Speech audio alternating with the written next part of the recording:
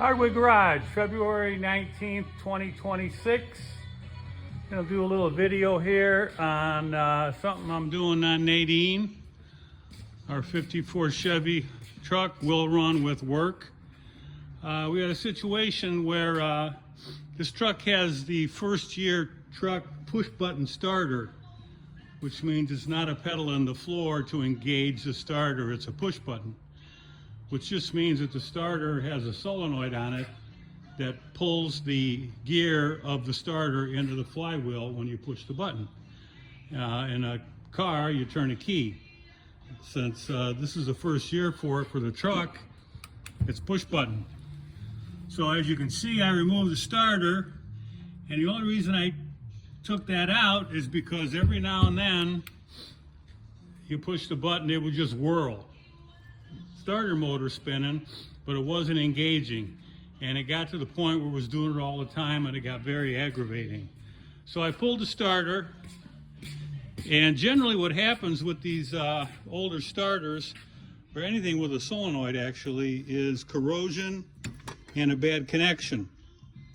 Of course, I hooked it up on the bench here with a battery, and it worked every time, but that doesn't mean anything. So basically you can see I've taken the solenoid off of the starter, okay? And there's a ground strap.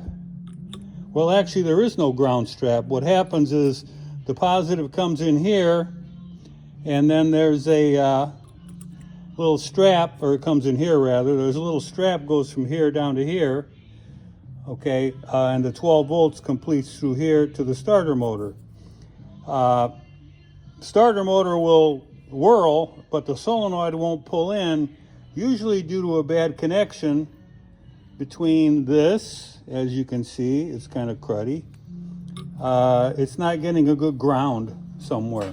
Or, as you can see, this is a solenoid. What it does, when you put voltage on it, if I can put this back together, when that's mounted on there, this goes inside of there, and basically it's just a plunger that pulls the gear in on the starter.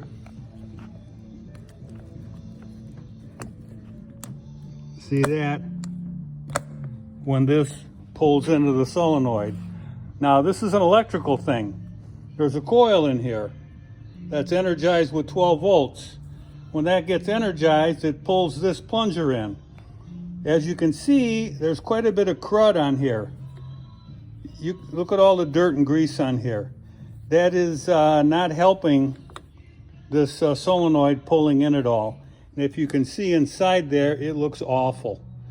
So what I'm going to do is clean this up real good inside. I'm going to clean this up real good so we have more of a good electric field in here, which is basically how this works. It's like an electromagnet. When you put the voltage on it, it energizes the coil that's in here, and it pulls this thing in, it pulls the gear into the flywheel. So it's a matter of just getting it all apart. So far so good. There are only 2 bolts holding it in to the truck. 3/4 inch, got them out, no problem. It's heavy, so don't let it fall on your head if you're underneath it. I pulled this one out from the top. So anyway, that's about it. Cleaning it up. Hopefully we'll get it back in and it won't be whirling and not engaging, which was just got aggravating as hell. So that's it for today. Hardware Garage, quick lesson, 54 Chevy 6-cylinder pickup. Will run with work. There she is. We call her Nadine. Thanks for watching.